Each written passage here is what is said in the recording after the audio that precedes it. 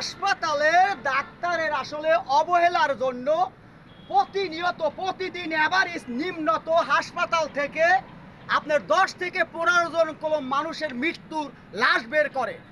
এখন আপনার প্রশ্ন হতে পারে যে আপনি কিভাবে জানলেন? সম্মানিত ভাই ও বোনেরা, আমার ছেলে যখন হাসপাতালে নিয়ে আমি ভর্তি করেছিলাম তখন আমার ছেলের ছিল শুধুমাত্র ডেঙ্গু জ্বর। এই ডেঙ্গু জ্বর পরীক্ষায় আমার নিম্নত আপনার 36,000 টাকা গেছে শুধুমাত্র ডেঙ্গু জ্বরের পরীক্ষার জন্য।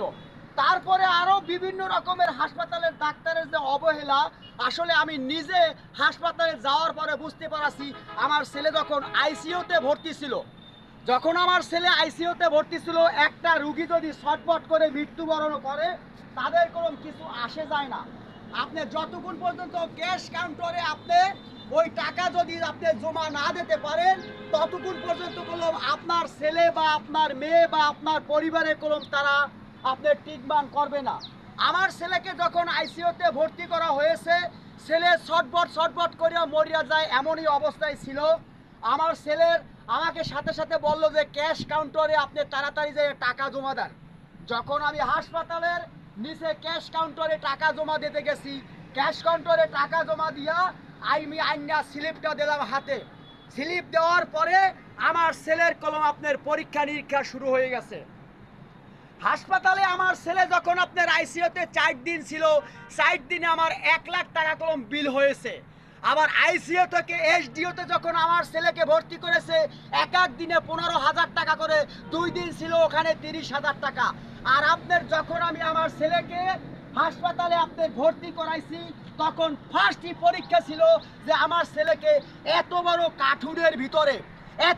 কার্টুনের ভিতরে 1 কার্টুন সাবান, লাইজল, আবার আপনার জন্য বাচ্চাদেরকে যে প্যান্টগুলো পরায় ওই প্যান্টগুলো, বিভিন্ন রকমের আইটেম, ওই আইটেমে আসছিল 9,500 টাকা। 9,500 টাকা আসলে সেগুলো কোনো কাজে লাগে নাই, 2-1টি কাজে লেগেছে, আমার কলম সেইগুলো পাই নাই।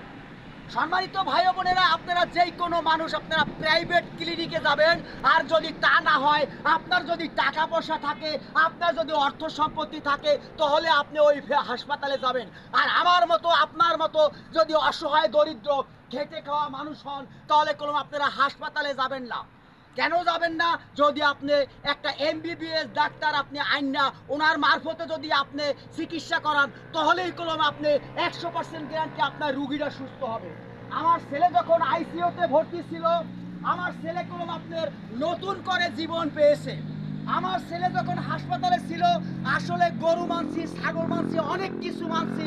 আসলে এই যে আপনার ডাক্তারের যে অনিয়ম, এই অনিয়মের জন্য আমাদের অসহায় দরিদ্র খেটে খাওয়া মানুষগুলো প্রতিনিয়ত আপনার ফার্মের মুরগি যেভাবে জবাই করে ওইভাবে কলম প্রতিদিন ঢলে পড়ছে। আমি যখন আমার ছেলের জন্য আল্লাহর কাছে তাহাজ্জুদ নামাজ আদায় করে যখন জানটা ভিক্ষা চেয়েছি, আমার চিৎকারে আপনার হাসপাতালে প্রতিনিয়ত মানুষগুলো কলম পাগলের মতো কান্না করেছে। আসলে যারা খেটে খাওয়া মানুষ, রিক্সার ড্রাইভার, অসহায় দরিদ্র মানুষগুলো প্রতিদিন আপনার এইভাবে আপনার প্রাণ ধরছে।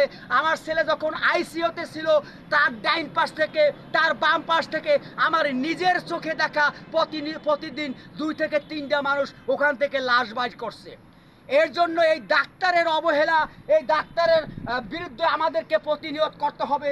কারণ হচ্ছে আমরা খেটে খাওয়া মানুষ, আমাদের টাকা পয়সা নাই, আসলে টাকার জন্য আমরা চিকিৎসা করতে পারি না, কিন্তু ডাক্তাররা কলম এখান থেকে লাভবান হয়ে যাচ্ছে। আপনারা এই যে এই ভিডিওটা যদি সত্যিকারই যদি ভালো লেগে থাকে তাহলে আরও সবাইকে দেখার সুযোগ করে দিবেন। যদি মন থেকে ভালোবাসেন চ্যানেলটিকে সাবস্ক্রাইব করে দেবেন, MS মনির 2 আমার ইউটিউব চ্যানেল। আর যদি ফেসবুকে আপনারা দেখেন অবশ্যই মনিরুজ্জামান সোহেল আপনারা ফেসবুকেও দেখতে পারবেন। আসলে এটাই বাস্তব কথা। আমি যে কথা বলেছি এ কথা এখানে কোনো বানোয়াট কথা না। আমার ছেলে যখন আইসিইউতে ভর্তি করছি, 18 বছরের ছেলে, এই ছেলেকে আপনারা ওনারা কোনো বিষাক্ত অ্যান্টিবায়োটিক ইঞ্জেকশন পুশ করেছিল। আমি পরবর্তীতে এই ওষুধটা আমি অন্য একটা ডাক্তারকে দেখাইছি যে স্যার আমার ছেলেকে এই ইঞ্জেকশনটা পুশ করার পরে আমার ছেলে খিঁচুনি উঠছে, আমার ছেলে যায় অবস্থা, স্যার এই ওষুধটা পুশ করছে। আমাকে ওই ডাক্তার বলেছে যে দেখেন আপনার ছেলের বয়স কত, আমি বলছি 18 বছর, কিন্তু সেই ডাক্তারে বলছে যে আপনার ছেলের শরীরের ভিতরে এই ওষুধটা মানায় নাই, এটা কোনো বিষাক্ত ওষুধ নয়, আপনার শরীরের ভিতরে এই ওষুধটা মানায় নাই। আল্লাহ পাক রব্বিল আলামিন আমার ছেলের জীবনটা ভিক্ষা দিয়েছে, এটাই মহান সৃষ্টিকর্তা আল্লাহ পাক রব্বিল আলামিনের কাছে লাখ লাখ শুকরিয়া। আপনারাও দোয়া করবেন। আল্লাহ হাফেজ, সবাই ভালো থাকবেন ইনশাআল্লাহ।